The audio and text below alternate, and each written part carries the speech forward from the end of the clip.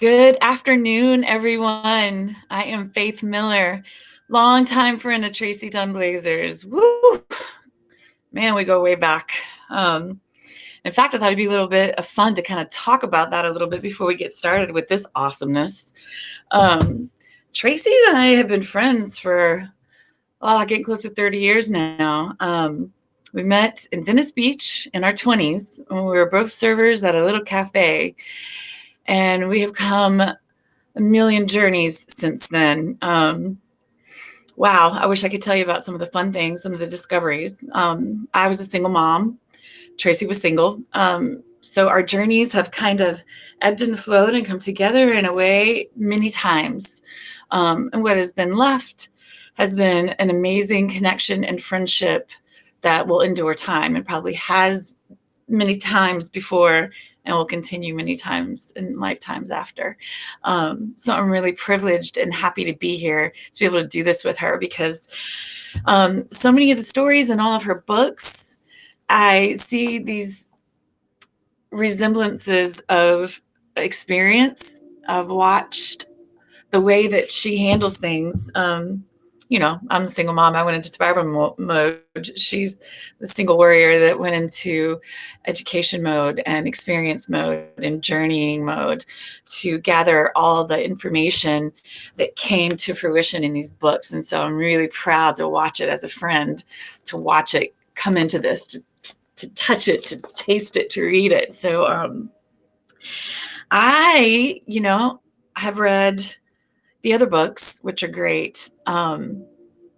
A lot of cool stories. We've had a lot of interesting times together where in many old haunted houses and chasing ghosts somewhere where we find fun little things or just things that come up that are actually part of her journey. Sometimes I'm just the sidekick that happens to get to be there and through a discovery. It was pretty amazing. Needless to say, having Tracee as a friend has been very enlightening as well and fruitful. Look at this cool necklace she gave me many, many moons ago.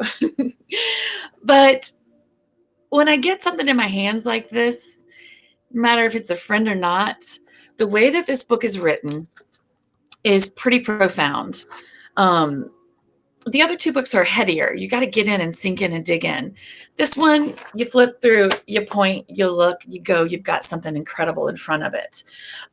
So I don't know about you guys, but I heard Marie read a little earlier how she prints off things to keep in front of her to digest and keep digesting. Well, I like to get into my books with some highlighters. I get to the table of contents and decide sometimes what I want to read. Sometimes me and Tracee will just say, let's just, flip a page or dig into something and see what strikes you, see what moves you. Stop, start reading. Kind of let the spirit kind of guide you on what you find first, what is speaking to you. So I did that. I got the book, and of course I couldn't wait to flip through it. I start flipping through it, and I start picking little things that just I riveted to. And you could see I bookmarked a ton. So I thought, okay, I need to dig in a little bit deeper because I really want to do a good job at this when I talk about this book. And I want to just dig in a little more. So I went to the table of contents with my little marker, and I highlighted a bunch of these easy read sections, and lo and behold, you would never believe this is the karmic stuff that she talks about in a lot of ways. The things that I have bookmarked were also the things that I had gone back or vice versa and highlighted in the contents, which I thought was pretty profound. So I think this book might be magic.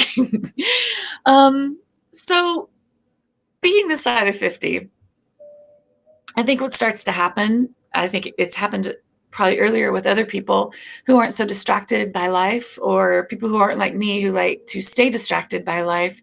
So maybe, just maybe, they don't have to deal with their shit. I don't know. maybe not. But I think at some point we start a journey to call our own self out on our crap, right? We want to really be authentic, and we want to really stay true, or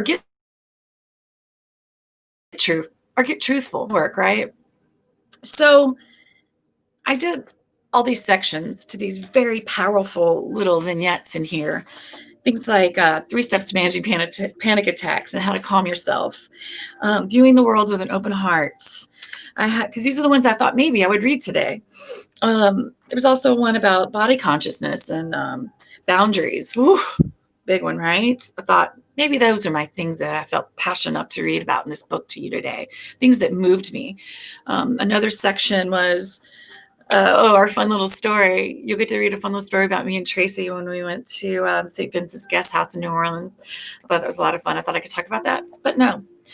I also marked, gosh, so many things that I thought were so helpful. Just, building spiritual bridges and how to understand your relationship to authority. That was a big one for me because I'm trying to bucket, a little bit of a rebel. Understand your relationship to death. I mean, I just picked out so many things that moved me. There were so many things in here that I just gobbled up, just wanted to assimilate into me immediately because it's such good information for growth. Looking at the big picture, what bitterness brings, when blame rears its ugly head. Oh, ho, ho. So after digging in and chewing on so much, I thought, let me get back in and really find the one. I've got to narrow it down. I flipped to another page like we all do. And I think I landed on the page because it kind of really sums up what all those things are here to tell me. And it's an excerpt on trust. So I'm going to read that today for you because it's pretty powerful for me. And I think at the end of all of those things, what I need to do, what a lot of people need to do, is find that trust in ourselves and the universe. So here goes.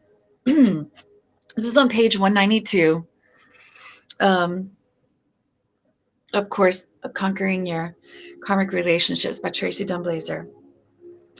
Learn to trust that the Creator has your highest intentions in mind. And oh my God, throughout the years, can I tell you how much this woman has told me that?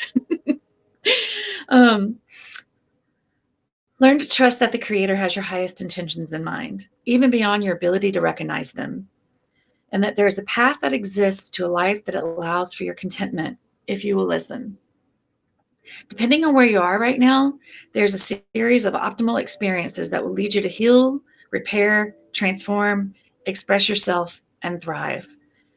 Trust is a dynamic to be cultivated and will become the most valuable skill set you possess, as it has the power to change outcomes.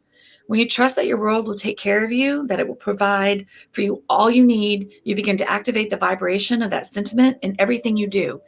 It's like a beacon to your environment, giving you first what you need, then what you want. I worked with a man who came to me asking how he could make more money. After the first couple of weeks of exploring this in his spiritual realms, his life seemed to deconstruct piece by piece. He lost his job, left his wife, and he moved out of the house he'd lived in for 20 years, all within a month's period of time. He came to me again, this time angry that somehow because he wanted more, he destroyed his life. It took us some time to break down the important elements of the situation in order to understand why things had to fall apart in order to be brought back together in a way that strengthened him. The reality was that his wife was a functioning alcoholic. She made most of the money, and he'd often choose jobs that were time-consuming and low-paying just to stay out of the house. Now that he'd moved out of the house and let his wife deal with her condition, the low-paying job had gone away. After some rest, repose, and reflection, he opened himself up to some jobs for which he was perfectly qualified and paid far more than he'd made in any of his other time in his life with his wife. Could he have made all these changes while remaining in his relationship? Possibly, but each individual in a relationship contributes things that are obvious and others are less so. The impact of her lack of responsibility for her addiction matched his energy of doing less that he was capable for himself. This dynamic enabled both not to be accountable in their highest possibilities, which he didn't even realize until he moved away. Whew. So yeah, I think when I dig into all these pieces, it will all come back to trust, right? To trust that there's something bigger out there that is guiding us and leading us. Trust that you can work it out in here if you just trust to let what needs to happen. Trust that you have it. This is one thing Tracee says to me all the time. Trust that you have everything that you need. Just trust it, and sometimes just let go and let your God, whoever that is, for you. But so, yeah, needless to say, this book will help you in so many ways. This book could really possibly change your world and your life. This book is so freaking worth it. Buy this book. Plus, it's really fun to read and easy to read. And I think you'll really like it, and all her other books too. But thanks for letting me read, and thanks for letting me be on here, Tracee. I love you and I appreciate it. And in true fashion of us gals, I brought a glass of wine to the occasion, and I wish I was here with you drinking it. Happy birthday, my friend. Take care, everybody.